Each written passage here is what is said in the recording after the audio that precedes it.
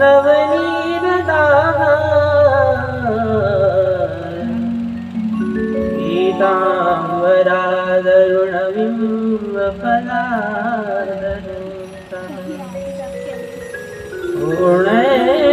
पूर्णेन्द्रसुन्दरमुखा अरविन्द्रनेत्रा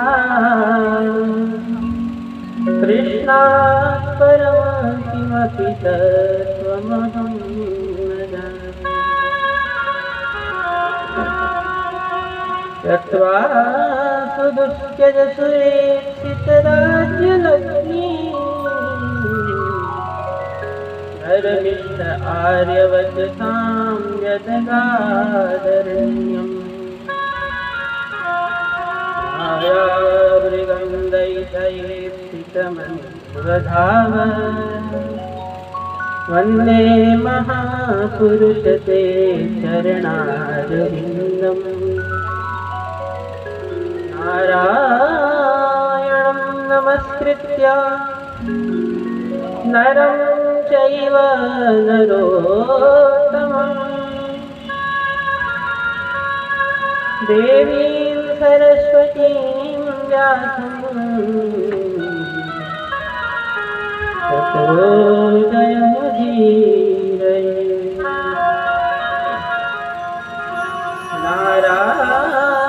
नारायणसमारम्भां शङ्कराचार्यमध्यमाम् अस्मदाचार्यपर्यन्ताम् वन्दे गुरुपरम्पराम्।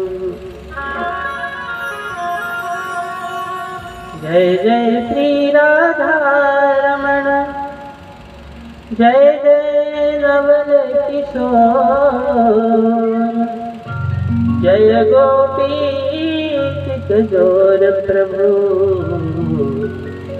जय जय माखन चोर जय गोपी किशोर प्रभु जय जय माखन चोर। बोले वृंदावन बिहारी लाल की भक्तवत्सल भगवान की जय। आइए अपने मन और वाणी को पवित्र करने के लिए कुछ क्षण भगवान नाम का अर्थ करेंगे। राधे राधे गोविंद गोविंद राधे राधे राधे गोविंद गोविंद राधे राधे राधे गोविंद गोविंद राधे राधे राधे गोविंद गोविंद राधे राधे राधे गोविंद गोविंद राधे राधे गोविंद गोविंद राधे गोविंद राधे गोपाल राधे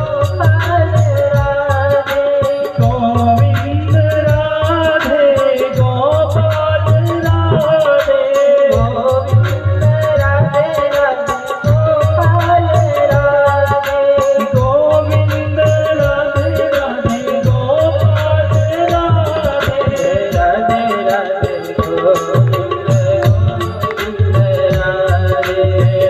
गोविंद गोविंद राधे राधे राधे राधे गोविंद राधे राधे गोविंद गोविंद राधे राधे राधे गोविंद गोविंद राधे राधे गोविंद गोविंद राधे राधे राधे गोविंद गोविंद राधे राधे राधे राधे राधे गोविंद राधे राधे राधे राधे राधे गोविंद राधे राधे राधे राधे राधे गोविंद राधे राधे राधे राधे राधे गोविंद राधे राधे राधे राधे राधे गोविंद राधे राधे राधे राधे राधे गोविंद राधे राधे राधे राधे राधे राधे राधे राधे राधे राधे गोविंद राधे गोविंद राधे गोपाल राधे गोविंद राधे गोपाल राधे गोविंद राधे राधे गोपाल राधे गोविंद राधे राधे गोपाल राधे राधे राधे गोविंद गोविंद राधे राधे राधे गोविंद गोविंद राधे राधे राधे गोविंद गोविंद राधे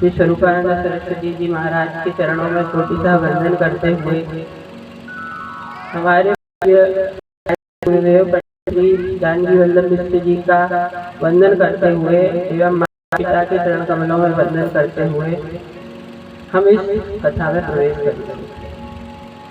हम सभी का सौभाग्य है कि हम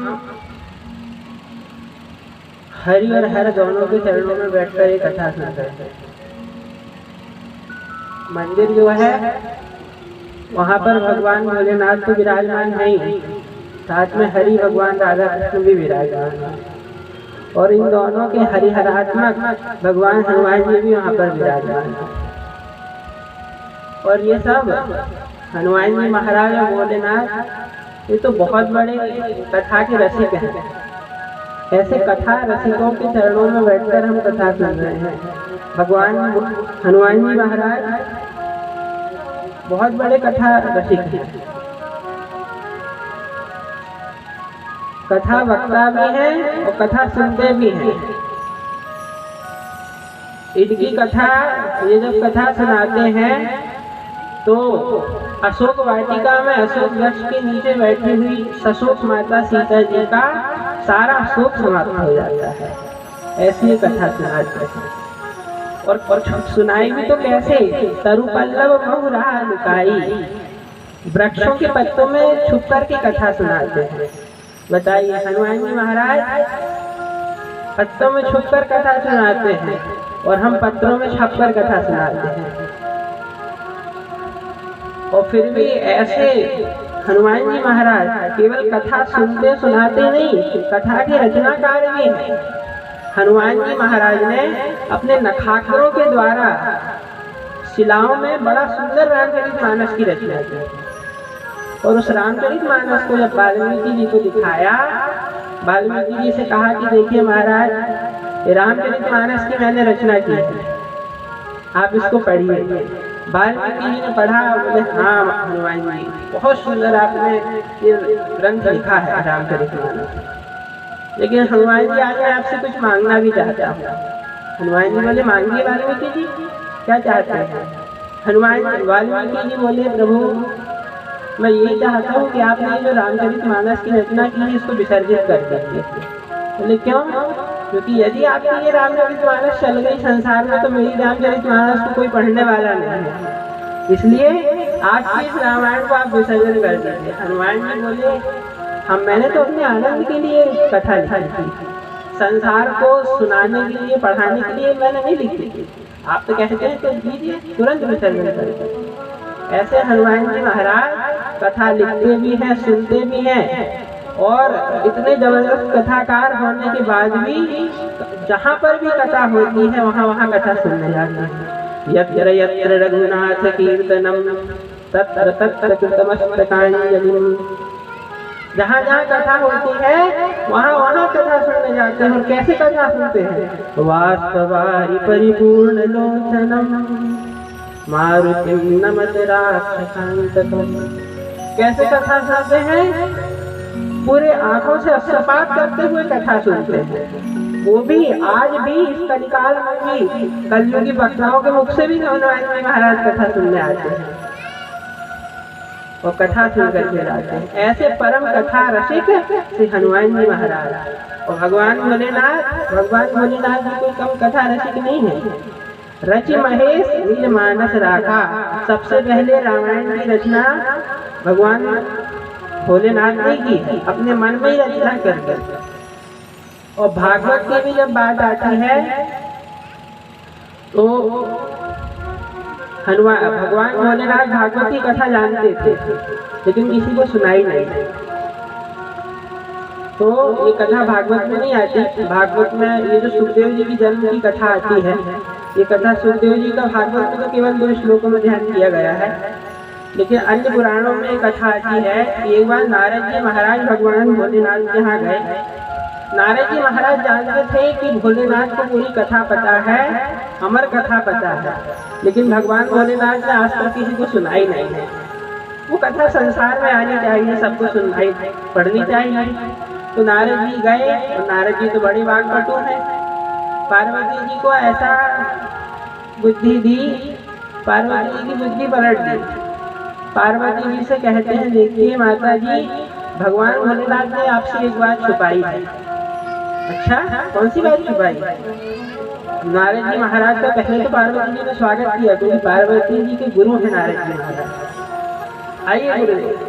नारद जी ने कहा कि आपसे कोई बात छुपाई है। पार्वती जी ने कहा, बताइए कौन सी बात छुपाई है। नारद जी महाराज कहते हैं कि आपने आज तक पूछा कि भगवान ने, भोलेनाथ ने नरमुंडों की माला पहनी है, वो माला पहनी क्यों है, उसका क्या कारण है? पार्वती जी बोले, ठीक है, आज भी पूछती हूँ। नारद जी गए भगवान भोलेनाथ के पास, माता भवानी आई। माता जी कहती है, भोलेनाथ आप हमसे कपट करते हैं।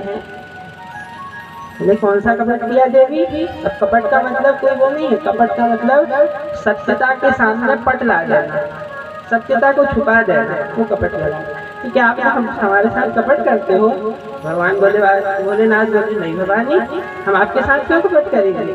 तो आपने आज तक ये क्यों नहीं बताया कि आपने जो नरमुंडों की माला पहनी है, ये क्यों पहनी? तो भगवान भोलेनाथ बोले, देवी ये नरमुंडों की माला मैंने, तुम जितनी बार जन्म लेती हो हर बार मृत्यु को प्राप्त होती हो, और जब जब मृत्यु को प्राप्त होती हो तुम्हारा जो नरमुंड निकलता है उसकी मैं माला बना के पहन लेता हूँ। तो इतनी बड़ी माला तैयार हो गई। माता भवानी कहती हैं, प्रभु हम क्यों मरते हैं हर बार, हमारी मृत्यु क्यों होती है? आप तो हमेशा जीवित रहते हैं, आप तो अमर हैं, आप क्यों अमर हैं, हम क्यों मरते हैं?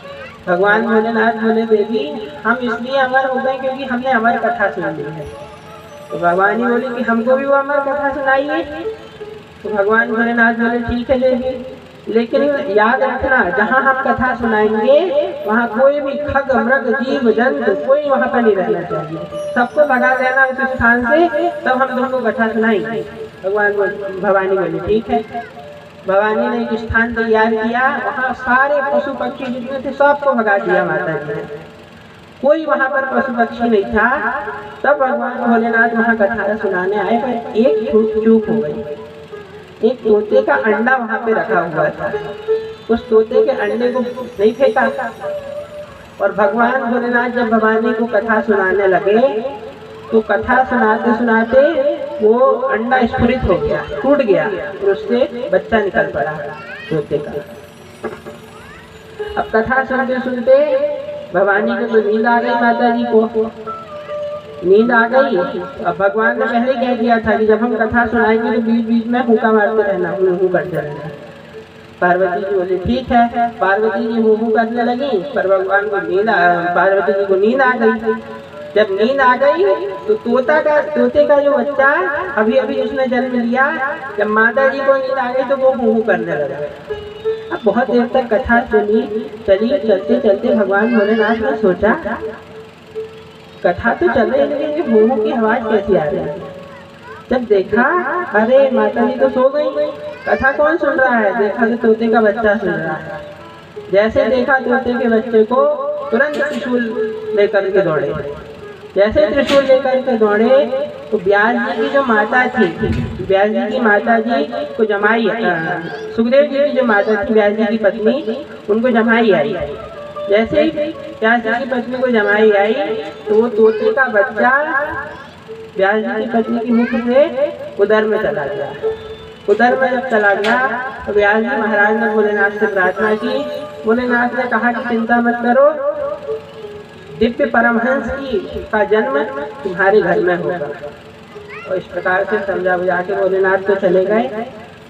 और वही जो बीज कथा का जो सुना था सुखदेव जी ने, रचना तो व्यास जी महाराज ने की, लेकिन उसी का व्याख्यान सुखदेव जी महाराज ने भी सुना था पहले सुख रूप में, उसी का व्याख्यान फिर हम सबको सुनाया। तो भोलेनाथ बड़े कथा के रसिक हैं, कथा जानते भी हैं, सुनते भी हैं, कथा सुनाते हैं। जब पार्वती जी होती हैं तो माता भवानी को कथा सुनाने लगते हैं, और नहीं तो कभी अपने मन को ही कथा सुनाने लगते हैं। और जब मन होता है कथा सुनने का तो हंस बन करके पहुंच जाते हैं काकभूषुंड जी के पास, वहाँ कथा सुनने लगते हैं। ऐसे भगवान भोलेनाथ हनुमान जी महाराज जो परम कथा रसिक हैं, उनके चरणों में बैठकर हम ये कथा सुनाते हैं। रमापति महादेव की, अनंत बलवंत हनुमंत लाल जी महाराज की जय। आइए भगवान के स्वरूप का ध्यान करते हुए हम इस श्रीमद् भागवत के महात्म्य में प्रवेश करें। जो श्रीमद् भागवत का महात्म्य है ये पद्म पुराण अंतर्गत है, श्रीमद् भागवत के अंतर्गत नहीं है। पद्म पुराण से श्रीमद् भागवत का महात्म्य लिया गया है। तो व्यास जी महाराज वर्णन करते हैं, भगवान के स्वरूप का सबसे पहले ध्यान करते हैं। सच्चिदानंद रूपाय विश्वोत्पत्त्यादि हेतवे तापत्रय विनाशाय श्री कृष्णाय वयं नमः। सच्चिदानंद रूपाय, भगवान का स्वरूप कैसा है? सदघन चितघन आनंद घन है। ऐसे भगवान सच्चिदानंद घन, सदघन माने जहाँ पर असत का कोई प्रवेश ना हो, घन माने घनीभूत, जिसके अंदर अन्य चीज का प्रवेश ना हो। जैसे सदघन है तो भगवान में असत का कोई प्रवेश नहीं। ऐसे भगवान सच्चिदानंद घन समस्त विश्व का विश्वोत्पत्त्यादि हेतु, समस्त विश्व का पालन, सृजन और संहरण तीनों के जो हेतु हैं, तथा जिनकी पावन चरण शरण ग्रहण करते ही जीव के तापत्रय समाप्त हो जाते हैं। जो ताप, तीनों तापों से प्रत्येक प्राणी जल रहा है, टेंशन, इस टेंशन से मुक्ति मिल जाती है। टेंशन, एक सन से तो हम कितने परेशान हो रहे हैं। आज देखे हम लोगों ने शोभा यात्रा में कितनी धूप थी, एक सन से परेशान हो गए, लेकिन हमारे अंदर तो टेंशन 10-10 सन चल रहे हैं। तो उन टेंशन से, उन तापत्रय से, उन तापत्रय का विनाश भगवान का ध्यान करने से समस्त तापत्रयों का विनाश हो जाता है। 3 ताप है, दैहिक, दैविक, भौतिक। इन तीनों तापों का विनाश भगवान का ध्यान करने से हो जाता है। ऐसे भगवान श्री सच्चिदानंद भगवान श्री कृष्ण का हम सब बारंबार प्रणाम करते बोले सच्चिदानंद भगवान की जय। परम भागवत श्री सुखदेव जी महाराज का ध्यान करते हुए श्री सूत जी महाराज सौनकादि 88,000 ऋषियों को ये परम मंगलमयी कथा सुना रहे थे। सत्संग सत्र इनका चल रहा है। तो सौनकादि ऋषि की विशेषता क्या है? कथामृत रसास्वाद कुशल, भगवान का कथामृत पान करने में परम कुशल है। सूत जी महाराज आयु में छोटे हैं, पर आयु में छोटे होने पर भी व्यासपीठ पर विराजमान हैं। और सौनक जी महाराज कई वर्षों की इनकी उम्र हो गई, समस्त ऋषियों कई बड़े वयोवृद्ध ऋषि हैं, लेकिन ये सब श्रोता बन करके विराजमान हैं।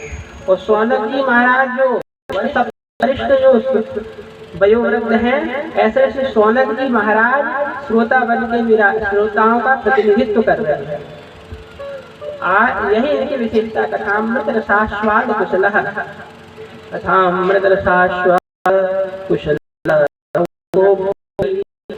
कथामृत का पान करने की सौनक जी महाराज हाथ जोड़कर सूत जी महाराज से प्रार्थना करते हैं। अज्ञानध्वांत विध्वंस कोटिषु प्रिय समप्रभ सूताख्याहि कथासारं मम कर्ण रसायनम्। अज्ञानध्वांत विध्वंस,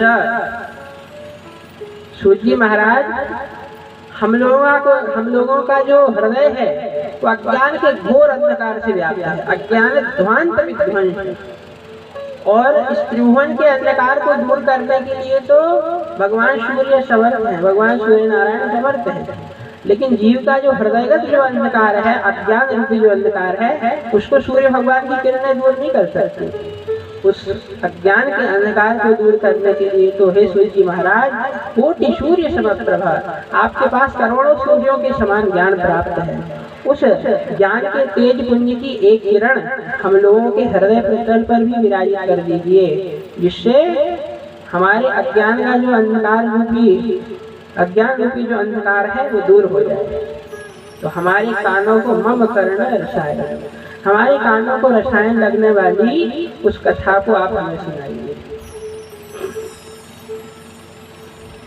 देखिए महाराज, अब घोर कलिकाल आ गया है, लोगों की आसुरी बुद्धि हो गई है, प्रत्येक प्राणी क्लेश से आक्रांत है।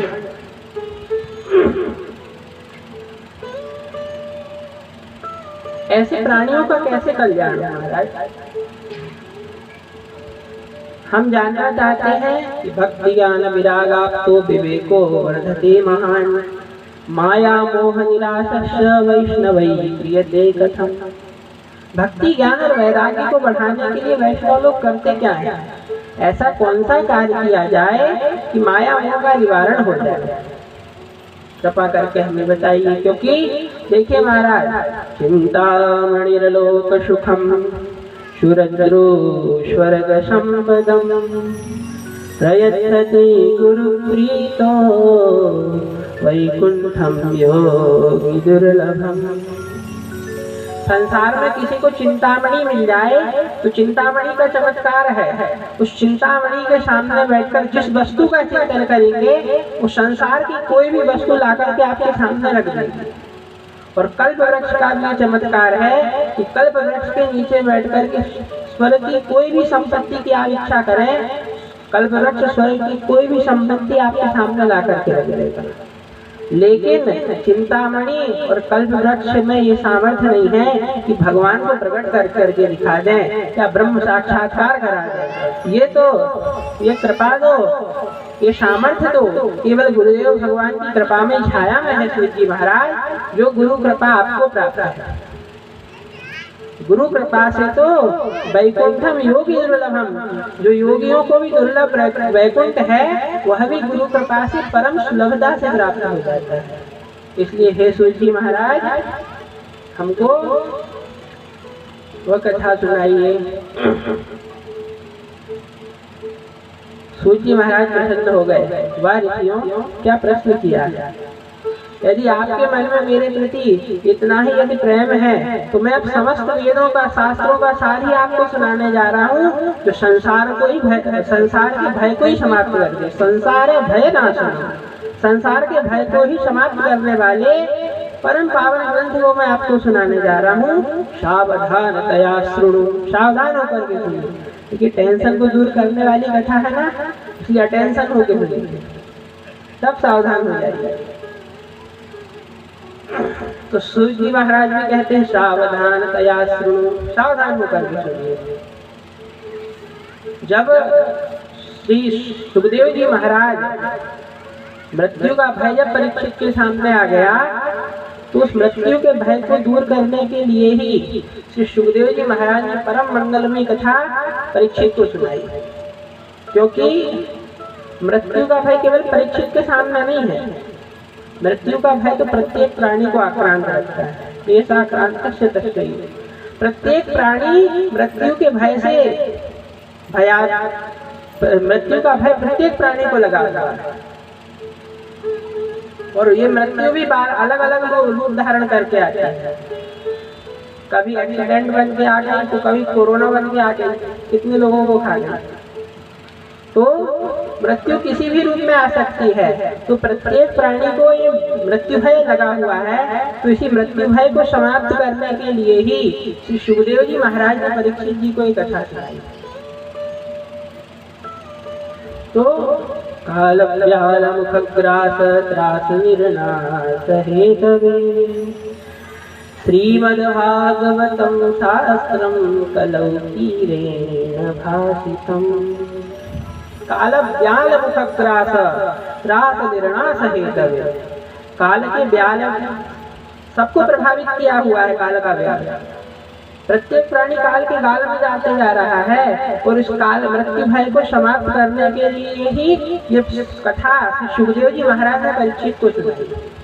जैसे ही सुखदेव जी महाराज परीक्षित को ये कथा सुनाने के लिए व्यासपीठ पर बैठे तो सुधा गुम्मम गृहीत्वैव देवास्तत्र समागमन्, देवता लोग अमृत का कलश लेकर के आ गए।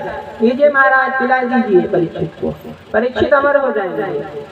जैसे ही देवता आए और दंडवत किया, तुरंत सुखदेव जी महाराज समझ गए कि ये देवता लोग बड़े चालाक हैं, जरूर कुछ ना कुछ मांगने आए हैं। सुखदेव जी महाराज तो समझ गए, पहला फायदा देवताओं ने परीक्षित का ही गिनाया। लीजिए महाराज पिला दीजिए अमृत, परीक्षित अमर हो जाएंगे। लेकिन फिर क्या कहते हैं, उसके प्रपाश्यामो वयम शरवे श्रीमद् भागवतम, जो भागवत आप परीक्षित सुना दीजिए। जैसे सुना सुखदेव जी महाराज बड़ी जोर से हटे। देवताओं लोग आने से भी समझ गया था कि तुम कुछ ना कुछ चालाकी करके आए हो, तुमने जिस जिसको करने गए हो उससे कुछ ना कुछ लेकर के आ गए। दधीच बाबा को दंडवत करने गए तो हड्डियां लेके आ गए, आज मेरे पास आए हो। तो देवताओं सुनो, ये तुम श्रद्धा से श्रोता बन करके आते तो तुम्हें मैं अवश्य कथा सुनाता, पर तुम श्रोता बन करके नहीं आए हो, तुम तो सौदागर बन के आए हो। अरे सौदागर ही नहीं, महाठगिया। कोई कांच का टुकड़ा ले और उसके बदले में ज्वेलर से लाखों की करोड़ों की मणि मांगे तो उसको सरासर ठगी कहा जाएगा। तो देवताओं, मेरा कथामृत लाखों की करोड़ों की मणि है और तुम्हारा कथामृत कांच का टुकड़ा। क्व कथा क्व सुधा लोके क्व कांच क्व मणिर्महान्, ब्रह्मरातो विचार्यैव तदा देवान् जहाशः।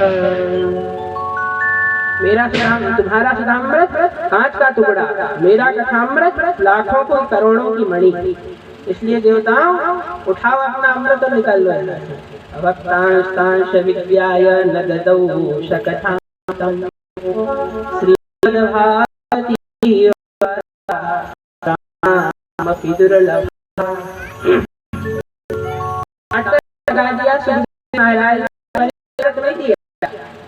अब आप कीजिए कि इस कथामृत में ऐसी कौन सी विशेषता है कि सुखदेव जी महाराज कहते हैं कि मेरी जो कथामृत है लाखों की करोड़ों की है, तुम्हारा कथामृत कांच का टुकड़ा है।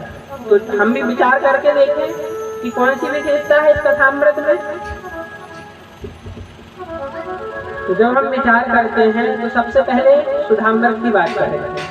सुधामृत की क्या विशेषता है कि बड़े बड़े पुण्यात्मा धर्मात्मा बड़े बड़े यज्ञ कर करके जब जाते हैं देवता बन करके, तब उनको ये अमृत पिलाया जाता है। पिलाया भी नहीं, सुनाया जाता है। पिला देते तो अभी तक तो खत्म हो जाता, थोड़ा सा तो निकला था। और इस कथामृत की क्या विशेषता है, कथामृत के लिए पुण्यात्मा हो पाप हो सबको ये अमृत पिलाया जाता है। तो पहली विशेषता, स्वर्ग का जो सुधामृत है वो पक्षपात करता है, भेदभावी है, लेकिन हरि का कथामृत निष्पक्ष है, अभेदभावी। ये पहली विशेषता हो गई।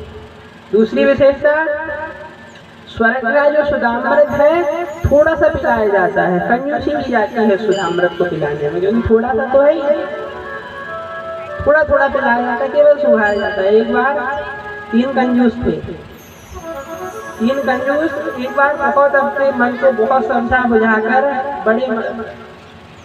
बहुत अपने मन को समझा बुझाकर घी खरीदने गए कि चलो आज घी खरीदते हैं। जब घी खरीदने गए, तीनों ने घी खरीदा और बहुत मुश्किल से 1 पाव घी खरीदा, क्योंकि कंजूस थे। उस 1 पाव घी को लेकर के तीनों गए घर। बोले ठीक है, आप तीनों मिलेंगे 3 महीने बाद, फिर बताना किसका कितना बचा। तीनों 3 महीने बाद मिले। बोले हाँ भैया बता, तेरा कितना बचा। वो बोला हमारा तो बहुत कुछ खत्म हो गया, पर आधे से ज्यादा बचा है। बोले आधे से ज्यादा बचा है, कहाँ कर दिया इतना सारा। बोले देखो मैं क्या करता था, जब भोजन करने बैठता था तो शुरू की जो प्रारंभ की रोटी रहती थी उसमें लगाता था कि और आखिरी की रोटी में, और दोनों के बीच में पूरी रोटी दबा देता था, सोचता था कि पूरी रोटी में ही लगा है और खा लेता था। अच्छा, दूसरा बोला, दूसरे से पूछा हाँ भैया तेरा बता, तेरा कितना बचा है। बोले मेरा 1-2 चम्मच खत्म हुआ, बस ज्यादा नहीं हुआ। बोले 1-2 चम्मच इतना सारा खत्म कर दिया तुमने, कैसे खत्म किया इतना सारा। बोले मैं जब भोजन करने बैठता था तो एक लोहे की सलागा मैंने रख ली, उस सलागा को घी में डोबता था और वही सलागा का पूरी जमा के रोटी रख देता था और उसको भेद देता था रोटियों में। तो ऊपर से लेकर पूरी नीचे, ऊपर से लेकर नीचे तक पूरी रोटियों में घी लग जाता था एक घी, इसलिए मेरा इतना समाप्त हो गया। तीसरे से पूछा, हाँ भैया अब तू बता, तू तो बहुत कह रहा है कि इतना सारा खत्म कर दिया, तेरा कितना बचा? बोले मेरा एक भी खर्च नहीं हुआ, मेरा पूरा बचा है। अरे वाह, कैसे बचा पूरा पूरा? बोले मैं जब भोजन करने बैठता था तो घी का जो डब्बा है उस घी को मैंने कांच की शीशी में रख लिया, उस कांच की शीशी में घी को रखा और वही कांच की शीशी रोटियों में घुमा देता था और जब भोजन करने बैठता था तो उसे केवल शीशी का ढक्कन खोल लेता था और उसकी सुगंध लेता रहता था और सुगंध भी आती जाती थी, भोजन भी करता जाता था, इसलिए एक खून भी मेरा समाप्त नहीं हुआ।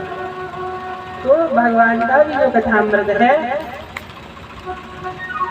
तो स्वर्ग का जो कथामृत है थोड़ा सा है, इसलिए वो सुखाया जाता है, लेकिन हरि का कथामृत भूमि गृह्णन्ति ते भूरिदा जना। कथावाचक इस कथा का बहुत विस्तार करते हैं, बहुत विस्तार से ये कथा सुनाई जाती है, इस कथा में कोई कंजूसी नहीं। तो दूसरी विशेषता क्या हो गई कि हरि का जो स्वर्ग का जो सुधामृत है उसमें कंजूसी होती है, लेकिन हरि के कथामृत में कोई कंजूसी नहीं। तीसरी विशेषता, देवता लोग जब उस कथामृत का पान करते हैं तो पुण्यापहम, उन सबका पुण्य समाप्त होता जाता है और अंत में क्षीणे पुण्य मृत्युलोकम विशन्ति, समस्त पुण्य जहाँ समाप्त हुए पुनः देवता में आ जाते हैं, फिर से फिर संसार चक्र में फंस जाता है, ऊपर से नीचे गिरा देता है स्वर्ग का सुधामृत। लेकिन हरि का कथामृत, जो भगवान के कथामृत को सुनता है वो हरि के परम पद को प्राप्त हो जाता है। तो स्वर्ग का सुधामृत ऊपर से नीचे गिरा रहा है और हरि का कथामृत नीचे से ऊपर ले जा रहा है।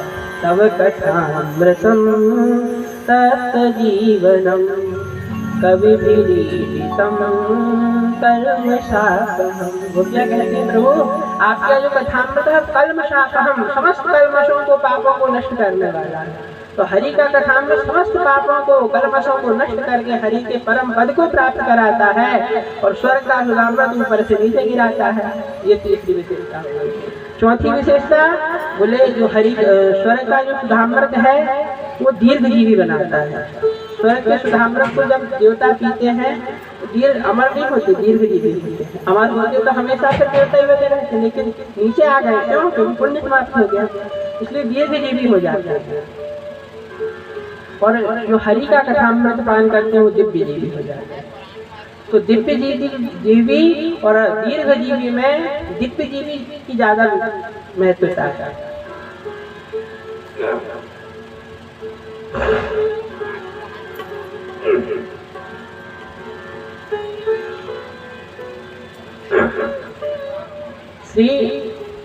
श्रीमद् आद्य शंकराचार्य जी की जो माता जी थी ये भगवान भोलेनाथ की बड़ी भक्त थी। तो भगवान भोलेनाथ ने एक बार जब प्रसन्न हो गए आज श्रीमद् आद्य शंकराचार्य की माता जी से, तो प्रकट होकर के पूछा कि वर मांगिए। तो आद्य शंकराचार्य जी की माता जी बोले, प्रभु मुझे आपके जैसा बेटा चाहिए। तो भोलेनाथ बोले, देखिए माता जी, बेटा तो आपको मिल जाएगा पर दो शर्त है हमारी। बोले सुनाइए। बोले बेटा या तो दीर्घ जीवी होगा या दिव्य जीवी होगा, या तो उसकी लंबी आयु होगी तो बहुत दिव्य बेटा होगा। अब आप बताइए कि आपको कौन सा बेटा चाहिए, दीर्घ जीवी चाहिए कि दिव्य जीवी चाहिए? माता जी बोली, देखिए प्रभु, संसार की कोई भी माता ये नहीं चाहेगी कि मेरी बेटे की आयु कम हो, लेकिन यदि आप कहें कि दीर्घ जीवी और दिव्य जीवी में से किसी एक को चुनना हो, मैं तो दिव्य जीवी को चुनूंगी। दिव्य जीवी बेटा माता जी ने चुना और भगवान आद्य शंकराचार्य जी महाराज ने दिव्य साक्षात भगवान शंकर जी के अंश, जिन्होंने समस्त भारत में धर्म की स्थापना की, धर्म ध्वजा लहराई। तो दीर्घ जीवी की ज्यादा महत्वता है। तो भगवान स्वर्ग का जो सुधामृत है दीर्घ जीवी बनाता है, हरि का कथामृत दिव्य जीवी बनाता है। स्वर्ग का जो सुधामृत है वो अमृत प्रदान करता है, हरि का जो कथामृत है अभयत्व प्रदान करता है। अरे भय तो मृत्यु का ही है, जब अभयत्व इसने प्रदान कर दिया, भगवान जी कथा ने अभयत्व प्रदान कर दिया, फिर मृत्यु का काहे का डर। इसलिए सभी किसी भी तरह से हम देखें तो भगवान का कथामृत ही श्रेष्ठ है। इसलिए सूर्य जी महाराज ने, श्री सुखदेव जी महाराज ने देवताओं को डांट करके भगा दिया, लेकिन ये कथामृत लिख दिया। वृंदावन बिहारी लाल की। देवता लोग ये साउंड वाले साउंड ठीक करो, जय जी का साउंड ठीक करो। आप हमको ज्यादा ना बोलना पड़ा, ऐसा काम करो आप।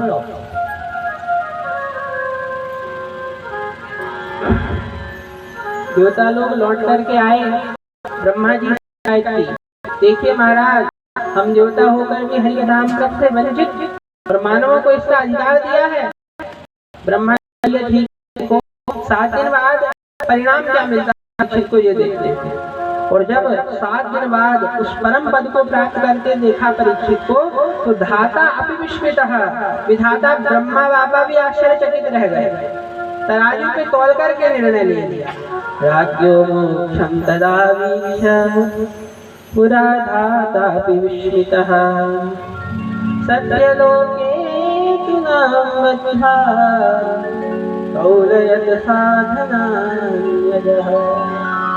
और तराजू में तौल करके निर्णय ले लिया। तराजू के एक पलड़े पर श्रीमद् भागवत को रखा और दूसरे पलड़े पर अनेक धर्मशास्त्रों को रखते हुए चले गए। और जब उठा करके देखा तो लघुनिन्यानि जातानि गौरवेण इदं महत्, तदा ऋषिगणा सर्वे विस्मयं परमं ययुः। उठा करके देखा तो अनेक धर्मशास्त्रों का जो पलड़ा था एकदम ऊपर लटक गया और भागवत का जो पलड़ा था एकदम नीचे लटक गया। सभी आश्चर्यचकित हो गए, सभी देवता और महात्मा। तदा ऋषिगणा सर्वे विस्मयं परमं ययुः। सारे देवता महात्मा सब आश्चर्यचकित हो गए, सबने मिलकर के घोषणा कर दी, मेरे भगवद रूपम शास्त्रम भागवतम बलौ। भगवान श्री कृष्ण ही कलयुग में कलुषित प्राणियों का कल्याण करने के लिए ही वांग्मय स्वरूप में श्रीमद् भागवत में विद्यमान है। भगवान श्रीमद् भागवत के में विद्यमान है और राधा जी जो है वो अर्थ रूप में विद्यमान है। वैसे राधा कृष्ण इस साक्षात श्रीमद् भागवत में विद्यमान है। राधा कृष्ण चंद्र भगवान की जय। समस्त देवताओं ने जब घोषणा कर दी, अब सौनक जी महाराज सूत जी महाराज से पूछते हैं, प्रभु ये 7 दिन में सुनने की परंपरा कहाँ से प्रारंभ हुई? 1 महीने में सुनते, 15 दिन सुनते, 1 महीने सुनते, 6 महीने, 1 वर्ष तक सुनते, लेकिन ये 7 दिन में सुनने की परंपरा कहाँ से प्राप्त हुई? सूत जी महाराज बोले, ऋषियों सर्वप्रथम सनक सनंदन सनातन सनत कुमार इन 4 ऋषियों ने देवर्षि नारद को ये कथा सुना करके सप्ताह की कथा प्रारंभ की। अब सौनक जी महाराज कहते हैं सूत जी से, सूत जी नारद जी महाराज तो 2 घड़ी से ज्यादा कहीं टिकते ही नहीं, तो ऐसे अस्थिरश्च नारदस्य 7 दिन बैठकर के कथामृत कहाँ सुना, कैसे सुना, कब सुना, कहाँ सुना, बताइए, कृपा करके बताइए। सूत जी महाराज कहते हैं, ऋषियों एकदा हि विशालाया चत्वार ऋषयो मला सत्संगार्थं समायाता तत्रिषु तत्र नारदम्। एक बार विशालापुरी में, विशालापुरी नाम बद्री नारायण धाम, एक बार बद्री नारायण धाम में श्री सनक सनंदन सनातन सनत कुमारी 4 ऋषि परिभ्रमण कर रहे थे। क्यों? सत्संगार्थम, सत्संग की इच्छा से कि कहीं सत्संग के ध्यान पूजन भजन इन सब का एकांत में आनंद आ सकता है, लेकिन सत्संग का एकांत में आनंद नहीं आता। सत्संग के लिए तो कम से कम 3-4 लोग जब तक ना हो तब तक सत्संग का आनंद नहीं आता। तो 4 ऋषि तो पहले तो सत्संग में परिभ्रमण करते, यदि कोई नहीं मिलता तो 4 तो है, एक वक्ता मिल जाता है, बाकी 3 श्रोता बन जाते हैं, घर के ही सत्संग प्रारंभ कर देते हैं। लेकिन आज सोचा कि कहीं जाकर के सत्संग करना चाहिए। तो चारों ऋषि परिभ्रमण कर रहे थे सत्संग की इच्छा से कि सामने से नारद जी को आते देखा। जैसे ही नारद जी को आते देखा तो चारों ऋषि आश्चर्यचकित रह गए। क्यों? क्योंकि संसार की सारी चिंताएं जिनके चिंतन मात्र से दूर हो जाएं, ऐसे नारद जी महाराज चिंतातुर दिखाई पड़े। पूछ लिया सनकादि ऋषियों ने, जब पास में आए, निकट आए, पूछ लिया कथम ब्रह्मण दीनमुखः कुतः चिन्तातुरो भवान् त्वरितं गम्यते कुत्र कुतश्चागमनं तव। कथम भो ब्रह्मण कथम दीनमुखः। हे नारद जी महाराज, आप इस प्रकार दुखी क्यों हैं? कथम ब्रह्मण दीनमुखः कुतः चिन्तातुरो भवान्। आपकी चिंता का कारण क्या है? त्वरितं गम्यते कुत्र कुतश्चागमनं तव। कहाँ से आ रहे हो, कहाँ जा रहे हो, बता करके। इदानीं शून्यचित्तोऽसि गतवित्तो यथा जनः सवेगं मुक्तसङ्गस्य योचितं वद कारणम्। इदानीं शून्यचित्तोऽसि गतवित्तो यथा जनः। आप तो इस प्रकार शून्यचित्त होकर के घूम रहे हैं, ऐसे चिंतातुर होकर घूम रहे हैं जैसे किसी कंजूस का धन चला गया हो, कृपण का धन चला गया हो। कंजूस का जब धन जाता है बड़ा दुखी होता है। आप तो इस प्रकार चिंतित दिखाई दे रहे हैं जैसे किसी कंजूस का धन चला गया हो। आपका क्या चला गया? अरे संत जो धन चला जाए उस धन को तो संत महात्मा अपना मानते ही नहीं, और जो संत महात्माओं का जो वास्तविक धन है उसको कोई चुराने वाला नहीं। संत महात्माओं का धन क्या है? हमारो धन राधा श्री राधा श्री राधा, हमारो मन राधा श्री राधा श्री राधा, हमारो धन राधा श्री राधा श्री राधा, हमारो मन राधा श्री राधा श्री राधा, परम धन राधा श्री राधा श्री राधा,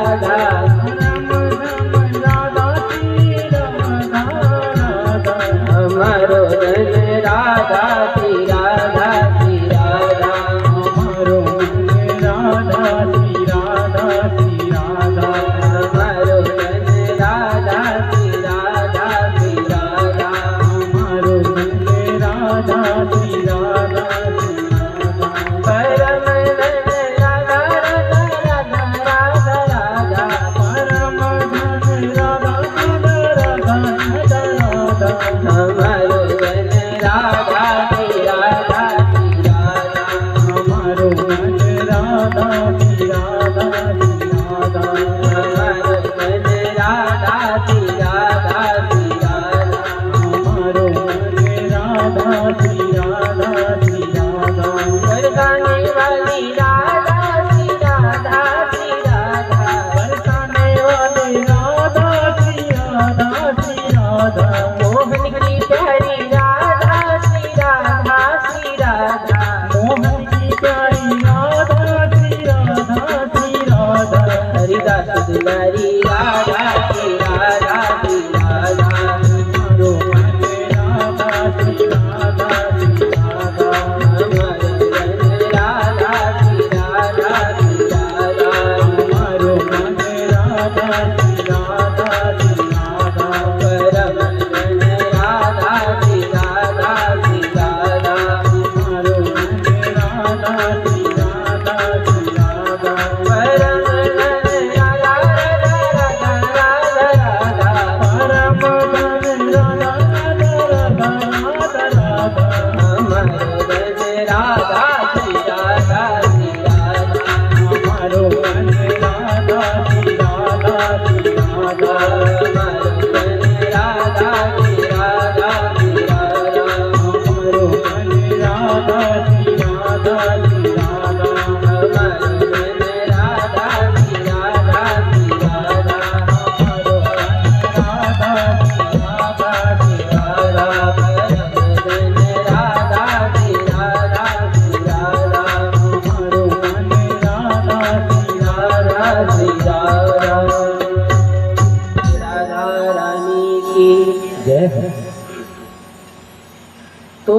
संतों के धन को तो कोई चुराने वाला नहीं है, तो महाराज आपका क्या चला गया जो आप इस प्रकार चिंतित घूम रहे हो? देखिए महाराज, संसारियों को जब चिंता होती है ना तो संत महात्माओं के पास जाते हैं अपनी चिंता को दूर करने के लिए। लेकिन आप जैसे तवेदम मुक्त संगस्य, आप जैसे मुक्त संग महात्मा जिन्होंने अपने रहने के लिए आज तक एक कुटिया भी नहीं बनाई। क्यों? क्योंकि 2 घड़ी से ज्यादा कहीं टिकते नहीं, तो कुटिया बना करके भी क्या करेंगे। तो आप जैसे मुक्त संग महात्माओं को इस प्रकार चिंतित रहना बिल्कुल शोभा नहीं देता। नोचितम वद कारणम, बिल्कुल चिंता मत कीजिए, बिल्कुल उचित नहीं है। तो हमें बताइए आपके चिंता का कारण, वद कारण। अब नारद जी महाराज ने जब देखा कि हमारे भैया पूछ रहे हैं, सनक सनंदन सनातन चारों, सनक सनंदन सनातन सनत कुमारी चारों ऋषि नारद जी के बड़े भैया हैं, तो जब देखा कि पूछ रहे हैं तो अब नारद जी बताते हैं कि भैया मैं संसार में परिभ्रमण कर रहा था सत्संग की इच्छा से कि कहीं जाकर के सत्संग का आनंद मिलेगा। तो सत्संग का आनंद लेने के लिए मैं कई देशों में गया, कई क्षेत्रों में गया, कई तीर्थों में गया। पुष्करम जब प्रयागम च काशीम गोदावरीम तथा हरिक्षेत्रम कुरुक्षेत्रम श्रीरंगम सेतुबंधनम एवं आदिषु तीर्थेषु भ्रममाण इतस्ततः। पुष्कर गया, प्रयाग गया, काशी गया, गोदावरी गया, हरिक्षेत्र गया, कुरुक्षेत्र गया, श्रीरंग गया, सेतुबंध गया, कई सारे तीर्थों में गया, पर कहीं पर भी मुझे कथा का आनंद नहीं मिला। क्यों नहीं मिला? क्योंकि तीर्थों में सत्यम नास्ति तपः शौचम दया दानम न विद्यते। तीर्थों में असत्य बचा है, न तप बचा है, न पवित्रता बची, सब कुछ समाप्त हो गया है। ये सब जब मैंने देखा तो मैंने सोचा चलो तीर्थों में नहीं तो किसी संतों के यहाँ चलते हैं, शायद संतों के यहाँ जाकर मुझे सत्संग का आनंद मिलेगा। तो मैं संतों के यहाँ गया, लेकिन संतों के यहाँ भी क्या देखा? पाखंड निरता संतः विहस्ता सपरिग्रह विरक्ता सपरिग्रह। पाखंड निरता संतः, संत भी सब पाखंड निरत हो गए। पाखंड मतलब पापस्य खंड, पाखंड पाप का जो खंड हो उसका नाम पाखंड। तो संत भी पाखंड निरत हो गए हैं। संतों की परिभाषाएं बदल गई हैं। ये बंगला किसका है? जवाब मिलता है त्यागी जी महाराज का। ये बच्चे किसके घूम रहे हैं? जवाब मिलता है ब्रह्मचारी जी महाराज के। तो संतों की परिभाषाएं बदल गई हैं। तपसी धनवंत दरिद्र ग्रही कली कौतुक तात न जाए। देखिए, धन संपत्ति की आवश्यकता होती है गृहस्थों को, लेकिन तपसी धनवंत हो रहे हैं, जो तपस्या करने वाले संत महात्मा धनवंत होते जा रहे हैं। और दरिद्र ग्रही, जो जिनको आवश्यकता है उनकी, ऐसे गृहस्थ लोग दरिद्र होते जा रहे हैं। तो तपस्वी धनवंत दरिद्र ग्रही कली कौतुक तात न जाता है। जब ये सब चीजें मैंने देखी तो मैंने सोचा कि चलो संतों के यहाँ नहीं, गृहस्थों के यहाँ चला जाए। गृहस्थों के यहाँ तो सत्संग का आनंद मिलेगा। अरे गृहस्थ जब गृहस्थ हो तो साक्षात भगवान करता है। लेकिन जब मैं गृहस्थों के यहाँ गया तो उनके यहाँ भी एक कई सारी विडम्बनाएं देखी। क्या देखा? तरुणी प्रभुता शालको बुद्धिदायक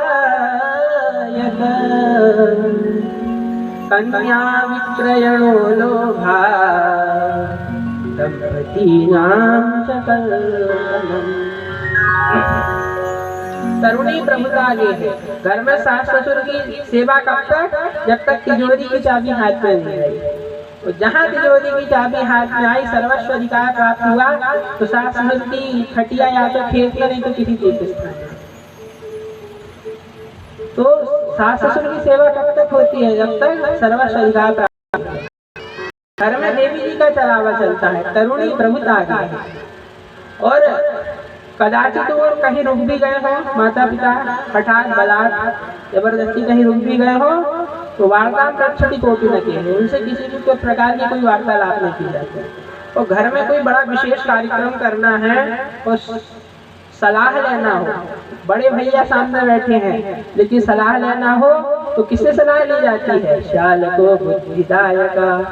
सलाह लेने के लिए ससुराल से साले साहब को बुलाया जाता है। वो जो कहेंगे वो होगा। शालको बुद्धिदायक। बड़े भैया की बात नहीं मानेंगे, शालको बुद्धिदायक। साले साहब से सलाह ली।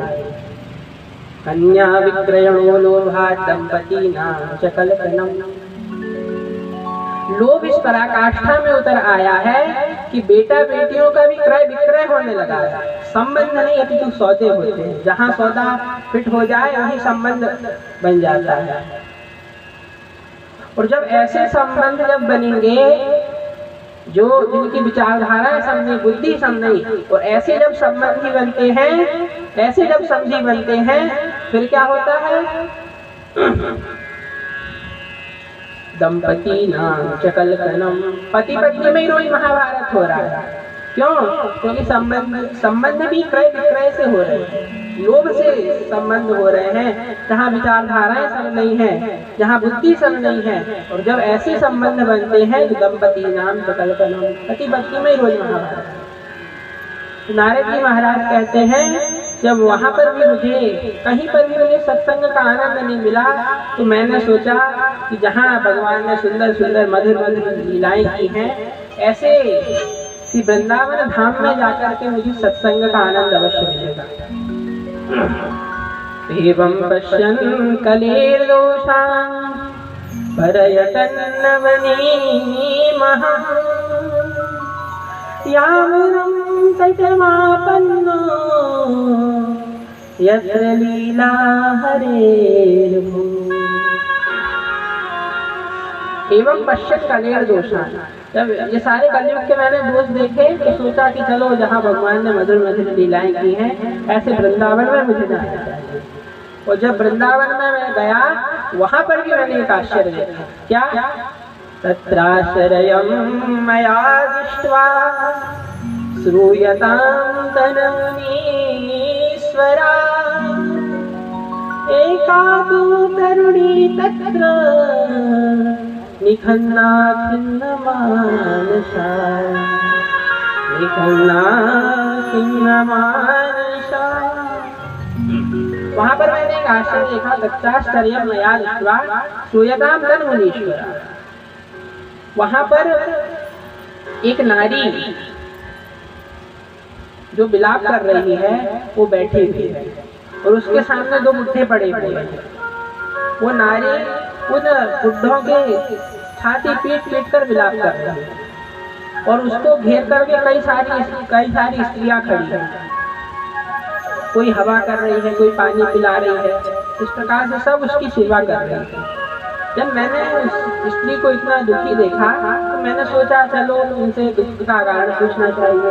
पर तुरंत अगले क्षण मैंने सोचा कि जब माताएं आपस में बात करती हैं तो माताओं का बड़ा कोमल स्वभाव होता है। एक क्षण में आंसू बहाने लग जाए, दूसरे क्षण में हंसने लग जाए। नारियों का बड़ा कोमल स्वभाव होता है। हम बिना बुलाए कहीं वहां गए और नारियों ने कह दिया, हे बाबा तू कहाँ इधर आता है, यहाँ सब नारियों का समाज बैठा है। तो पुरुष वर्ग को वहाँ कोई दिखाई नहीं दिया, तो मैंने सोचा कि चलना चाहिए, नारियों का समाज बैठा है। तो जब मैं आगे जाने लगा तो उसी स्त्री ने मुझे रोका। भो भो साधु क्षणं तिष्ठ मच्चिंता विनाशय दर्शनं तव लोकस्य शरथागहनं परम्। वो साधु क्षणं तिष्ठ, हे साधु कुछ क्षण रुक जाइए। मत चिंता मपि नाशय, मेरी चिंता का समाधान कीजिए। देखिए महाराज, दर्शनम तव लोकस्य सर्वथा गहनम परम। आप जैसे संतों का तो केवल दर्शन कर लेने मात्र से सारे पाप ताप संताप सब नष्ट हो जाते हैं। इसलिए हे साधु कुछ क्षण रुक जाइए, मेरी चिंता का समाधान कीजिए।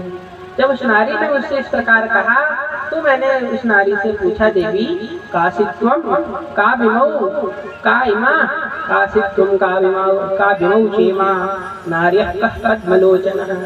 देवी कासित्वम कौन हो तुम? का विमौ ये जो बुड्ढे तुम्हारे सामने पड़े हैं ये कौन है? और का इमा ये जो स्त्रियां आपको घेर करके खड़ी हैं ये कौन है?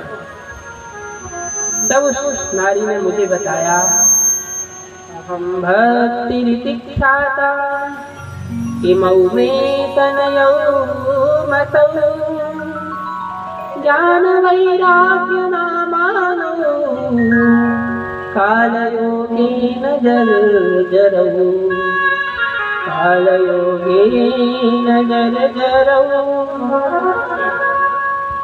अहम भक्ति दीक्षाता। भगवान मैं भक्ति हूँ, अहम भक्त दीक्षाता। और इमऊ ये जो दोनों बुड्ढे हैं, इमऊ में तनयऊ मतऊ, ये दोनों मेरे बच्चे हैं। और काल की विडम्बना, समय की विडम्बना देखिए महाराज, मैं माँ तो नवयुवती बन करके बैठी हूँ और मेरे दोनों बच्चे एकदम बुढ़े हो गए। और आपने पूछा ये स्त्रियां कौन है? गंगा सरिता क्षेमा, ये गंगा यमुना आदि सुर नदियां हैं जो मेरी सेवा के लिए आई। मत सेवार्थम समारता, सब मेरी सेवा के लिए आई। तो मैं आपको अपना पूरा परिचय सुनाती हूँ, सुनिए महाराज। उत्पन्ना द्रविणे सार्धम वृत्तिम कर्नाटके गता, क्वचिन क्वचिन महाराष्ट्रे गुर्जरे जीर्णतां गतः। देखिए महाराज, दक्षिण भारत में मैं पैदा हुआ। उत्पन्ना द्रविणे सार्धम वृत्तिम कर्नाटके गता, कर्नाटक में मैं पली बढ़ी। महाराष्ट्र आदि प्रदेशों में कहीं कहीं तो मेरा बड़ा सम्मान हुआ, लेकिन कुछ प्रदेश ऐसे भी हुए जहाँ पाखंडियों से खंडित होकर के मुझे भागना पड़ा।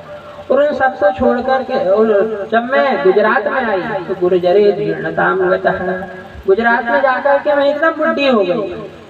मैंने सोचा अब क्या किया जाए, तो उन सब को छोड़ करके मैं वृंदावन आ गई। और जैसे ही वृंदावन आई तो वृंदावनम पुनः प्राप्य नवीनेन स्वरूपी, जैसे मैं वृंदावन आई तो नवयुवती हो गई। लेकिन पता नहीं महाराज क्या हुआ, मेरे दोनों बच्चे एकदम बुढ़े हो गए। अब आप बताइए महाराज मैं क्या करूं? अब अभी भी मुझे सांत्वना नहीं मिली। स्थानम परित्यज्यं विदेशं गम्यते मया, इस स्थान को भी त्याग करके मैं विदेश चली जाऊंगी। नारद जी ने कहा, समझाया भक्ति मैया को, भक्ति मैया आप इस प्रकार से शोक मत कीजिए, विदेश जाने का मन से विचार एकदम निकाल दीजिए। क्योंकि आजकल प्रत्येक कोई भी किसी भी क्षेत्र का व्यक्ति हो, सबका आकर्षण विदेश की तरफ है। संत महात्माओं को भी जब तक 2-4 देश का परिभ्रमण न हो जाए तब तक हम भारतवासियों की दृष्टि उन पर जाती नहीं। चाहे कोई संत महात्मा हो या कथावाचक, जब तक 2-4 देशों में परिभ्रमण ना कर ले तब तक हमारी दृष्टि उन पर नहीं जाती। इसलिए आप विदेश जाने का विचार बिल्कुल निकाल दीजिए। नारद जी सारी स्थिति को एक क्षण में समझ गए। स्थिति क्या है? देखिए, क्षुधातुर व्यक्ति जिसको भूख लगी है, जब वो भोजन करता है तो उसे ग्रास में तुष्टि, पुष्टि और क्षुधा निवृत्ति की प्राप्ति होती है। तुष्टि भी मिलती है, पुष्टि भी मिलती है, और भूख जो लगी है वो भी समाप्त होती है हर ग्रास में। इसी प्रकार जब भगवान के चरणों में भक्ति हमारी हो जाएगी तो भगवान के स्वरूप का ज्ञान अपने आप हो जाएगा। और जो भगवान के स्वरूप का ज्ञान हुआ तो जगत से वैराग्य अपने आप हो जाएगा। तो ये जो नारद जी कहते हैं, नारद जी समझ गए कि भक्ति मैया के पुत्र ज्ञान और वैराग्य है। जब भक्ति तभी पुष्ट होगी जब ज्ञान और वैराग्य हमारे पुष्ट रहेंगे। क्योंकि जैसे बिना बच्चों के माँ का मातृत्व अधूरा है, ठीक उसी प्रकार बिना ज्ञान और वैराग्य के भक्ति अपूर्ण है। भक्ति जब हमारी परिपूर्ण होती है तो ज्ञान और वैराग्य अपने आप आ जाता है। गोपियों की भक्ति परिपूर्ण थी। उद्धव जी को ज्ञान देने के लिए भेजा भगवान ने कहा कि जाओ उद्धव, उनको ज्ञान दो गोपियों को। उद्धव जी सोचते हैं कि गंवार वालियों को मैं उपदेश देने जाऊंगा, तो कहाँ परब्रह्म की उन्हें व्याख्या को कहाँ समझ पाएंगे। लेकिन जैसे उद्धव जी ने जाकर के देखा, भ्रमर गीत को जब सुना, उद्धव जी सोचने लगे कि इनको मैं क्या बताऊं, सब तो इनको पता है, साक्षात भगवान को ब्रह्म ही मान रही है, साक्षात सारा ज्ञान तो इनके पास है, तो मैं इनको क्या देखूं। क्यों? क्योंकि भक्ति पुष्ट थी, इसलिए ज्ञान और वैराग्य गोपियों को अपने आप आ गया। इसीलिए जब भक्ति परिपूर्ण होगी हमारी तो ज्ञान वैराग्य हमें आ जाएगा। भक्ति हमारे अंदर खूब है भक्ति है इसलिए तो हम कथा सुनने आए हैं, भक्ति है इसलिए हम मंदिर जाते हैं, लेकिन ज्ञान वैराग्य हमारे सुनते हैं। क्योंकि मंदिर तो गए लेकिन सोचा कि चलो भगवान को प्रसाद चढ़ाना चाहिए भोलेनाथ को, और ले जाकर के प्रसाद मीठा शक्कर भगवान के ऊपर ही चढ़ाया है। लो प्रभु, अब भोलेनाथ के ऊपर चींटी घूमे कीड़े घूमे उससे कोई मतलब नहीं। अरे भोजन जब किसी को भोग लगाया जाता है तो उसके सामने भोजन रखा जाता है, उसके ऊपर थोड़ी रखा जाता है। हम तो ऊपर ले जाके रख के आ गए। तो भक्ति तो हमारे अंदर खूब है, लेकिन ज्ञान वैराग्य हमारे कुछ नहीं। तो नारद जी अब समझाने लगे मैया को, जी आप इस प्रकार विचार, क्योंकि देखिए अभी थोड़ा बहुत सदाचार अभी दिख ही रहा है। लुप्त सदाचार हो योग, सारे सदाचार लुप्त तो हो गए पर कुछ कुछ अभी भी दिख रहे हैं। लेकिन वर्षे क्रमागता मंगलम नाथ दृश्य, जैसे जैसे वर्ष बीतते जाए थोड़े बहुत ये तो सदाचार हो रहे, ये भी नहीं बचे। इसलिए माता जी बुद्धिमान वही है जो स्वयं अपने नियमों का पालन करे। मैं तो कहता हूं जहाँ कलिका आकर के भी नाच रहे हैं। वृंदावनस्य संयोगात् पुनस्त्वं तरुणी नवा, धन्यं वृंदावनं तेन भक्तिर्नृत्यति यत्र च। धन्य है वृंदावन जहाँ पर इस कलिकाल में भी भक्ति इस प्रकार से नाच रही युक्ति बन करके। अब भक्ति मैया नारद जी से पूछती है, महाराज जब ये कलयुग इतना ही दुष्ट था तो भगवान ने इसको दंड क्यों नहीं दिया, और भगवान परीक्षित ने इसको दंड क्यों नहीं दिया, और जब परीक्षित ने यदि इसको दंड नहीं भी दिया तो भगवान क्यों इसकी दंडता को सहन कर रहे हैं। नारद जी कहते हैं कि माता जी आप पूछती हैं तो सुनिए। जिस दिन भगवान इस धराधाम से अपने परम धाम को गए, उसी दिन से कलयुग ने धरती पर पैर पसारना चालू कर दिया। और जब महाराज परीक्षित ने इसको पकड़ा तो दीनवशरणं गतः, दीनहीन होकर के उनकी शरण में चला गया। दीनवशरणं गतः। तो महाराज परीक्षित तो क्षत्रिय थे, छात्र धर्म का पालन करना था, इसलिए क्षत्रिय धर्म का नियम है कि जो शरणागत हो उसका वध नहीं किया जाता। इसलिए महाराज परीक्षित ने पूछा कि बताओ भैया तुम्हारे कौन कौन से। तो एक गुण परीक्षित को बड़ा पसंद आ गया कि अपने राज्य में स्थान दे दिया। कौन सा गुण? यत् फलं नास्ति तपसा न योगेन समाधिना तत्फलं लभते सम्यक् कलौके शव कीर्तना। यत् फलं नास्ति तपसा, अन्य युगों में जो फल तपस्या करके नहीं मिलता, जो फल समाधि लगा करके नहीं मिलता, यत् फलं नास्ति तपसा न योगेन समाधिना तत्फलं लभते सम्यक् कलौके शव कीर्तना। कलयुग का फल केवल हरिनाम संकीर्तन से प्राप्त हो जाता है। कलयुग केवल हरि गुण गा, कलयुग केवल हरि गुण गा, कलयुग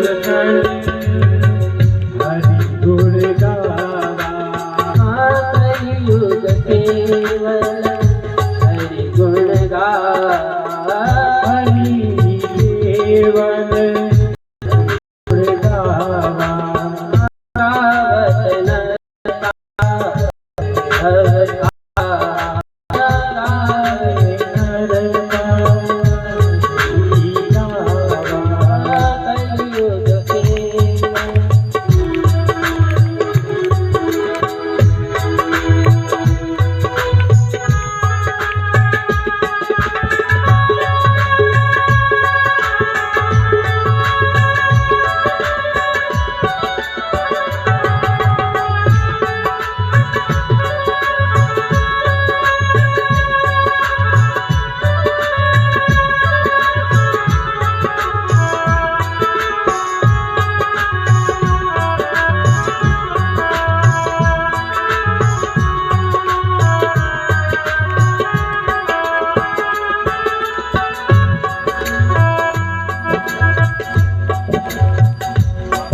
रंगों में